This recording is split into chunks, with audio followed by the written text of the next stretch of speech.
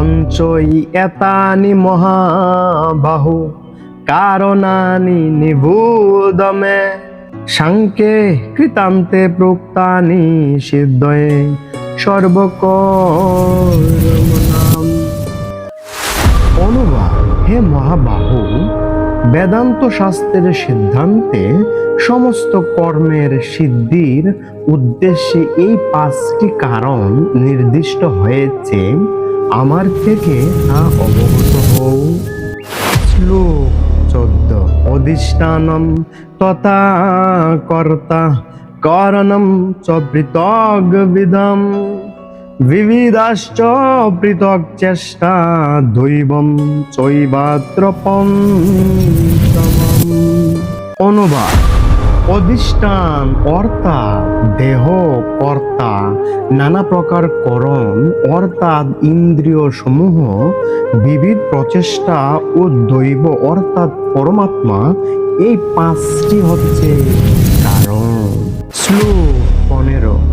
শরীর বাক মনোবীর্যৎ কর্ম প্রারব্ধে নরঃ নাজ্যম বা বিপরীতম বা পঞ্চৈতে তস্যহি তবঃ। অনুবাদ: শরীর, বাক্য ও মনের দ্বারা মানুষ যে সমস্ত কর্ম আরম্ভ করে তা ন্যায্যই হোক অথবা অন্যায্যই হোক, এই 5টি তার কারণ। শ্লোক 16। তত্রৈবং সতি কর্তারম আত্মানম কেবলম তুজ পশ্যতি অকৃত বুদ্ধি তাত্নশ পশ্যতি দূরপতি। অনুবাদ: অতএব কর্মের 5টি কারণের কথা বিবেচনা না করে যে নিজেকে কর্তা বলে মনে করে, বুদ্ধির অভাব বশত সেই দুর্মতি যথাযথভাবে দর্শন করতে পারে না। শ্লোক 17। ইয়াস্য ন অহং কৃত ভাবু বুদ্ধিরস্য ন লিপ্যতে হত্যা অপি চ ইমান লোকান ন হন্তি ন নিবর্ততে। অনুবাদ: যার অহংকারের ভাব নেই এবং যার বুদ্ধি কর্মফলে লিপ্ত হয় না, তিনি এই সমস্ত প্রাণীকে হত্যা করেও হত্যা করেন না এবং হত্যার কর্মফলে আবদ্ধ হন না। শ্লোক 18। জ্ঞানম জ্ঞেয়ম পরিজ্ঞাতা ত্রিবিধা কর্ম চোদনা করণম কর্ম কর্তা ইতি ত্রিবিধঃ কর্ম সংগ্রহ। অনুবাদ: জ্ঞান, জ্ঞেয় ও পরিজ্ঞাতা এই 3টি কর্মের প্রেরণা। করণ, কর্ম ও কর্তা এই 3টি কর্মের আশ্রয়। শ্লোক 19।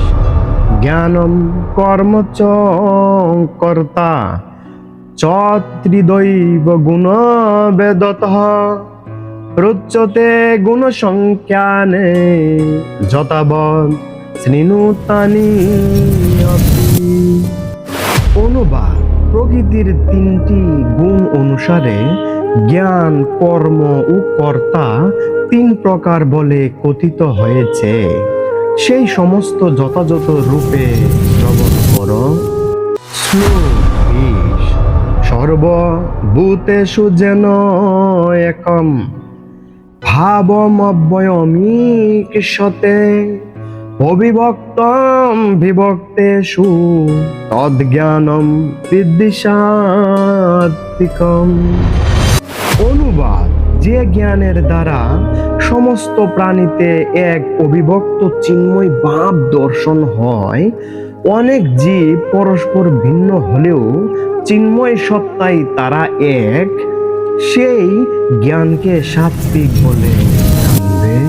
শ্লোক 21। পৃথক তেন তু যদ জ্ঞানম নানা ভাবান পৃথক বিদান বেত্তি সর্বেষু ভূতেষু তদ জ্ঞানম বিদ্ধিরাজসম। অনুবাদ: যে জ্ঞানের দ্বারা সমস্ত প্রাণীতে ভিন্ন ভিন্ন ধরনের আত্মা অবস্থিত বলে পৃথক রূপে দর্শন হয়, সেই জ্ঞানকে রাজসিক বলে জানবে।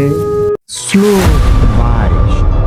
যত্তু কৃতস্নবতে কস্মিন কার্যে সত্যমহৈতুকম অতত্তার্থবদ অল্পম চ তত্তামসমুদাহৃতম। অনুবাদ: আর যে জ্ঞানের দ্বারা প্রকৃত তত্ত্ব অবগত না হয়ে কোনো একটি বিশেষ কার্যে পরিপূর্ণর ন্যায় আসক্তির উদয় হয়, সেই তুচ্ছ জ্ঞানকে তামসিক জ্ঞান বলে কথিত হয়। শ্লোক 23। নিয়তম সঙ্গরহিতম অরাগদেশত কৃতম অফলপ্রেপ্সুনা কর্ম যত্তদ সাত্বিকমুচ্যতে। অনুবাদ: ফলের কামনা শূন্য ও আসক্তি রহিত হয়ে রাগ ও বিদ্বেষ বর্জন পূর্বক যে নিত্য কর্ম অনুষ্ঠিত হয় তাকে সাত্বিক কর্ম বলা হয়। শ্লোক 24। যত্তু কামেপ্সুনা কর্ম স অহংকারেণ বা পুনঃ ক্রিয়তে বহুলায়াসম তদ রাজসমুদাহৃতম। অনুবাদ: কিন্তু ফলের আকাঙ্ক্ষা যুক্ত ও অহংকার যুক্ত হয়ে বহু কষ্টসাধ্য করে যে কর্মের অনুষ্ঠান হয়, সেই কর্ম রাজসিক বলে অভিহিত হয়। শ্লোক 25। অনুবন্ধন স্বয়ং হিংসাম অনপেক্ষ চ পৌরুষম মুহাদ আরভ্যতে কর্ম যত্তামসমুচ্যতে। অনুবাদ: ভাবী বন্ধন, ধর্মজ্ঞানাদির ক্ষয়, হিংসা এবং নিজ সামর্থ্যের পরিণতির কথা বিবেচনা না করে মোহবশত যে কর্ম অনুষ্ঠিত হয় তাকে তামসিক কর্ম বলা হয়। শ্লোক 26। মুক্ত সঙ্গ অনহংবাদী ধৃতি উৎসাহ সমন্বিত সিদ্ধি অসিদ্ধ নির্বিকার কর্তা সাত্বিক উচ্যতে। অনুবাদ: সমস্ত জড় আসক্তি ত্যাগে মুক্ত, অহংকার শূন্য, ধৃতি ও উৎসাহে সমন্বিত এবং সিদ্ধি ও অসিদ্ধিতে নির্বিকার এরূপ কর্তাকেই সাত্বিক বলা হয়।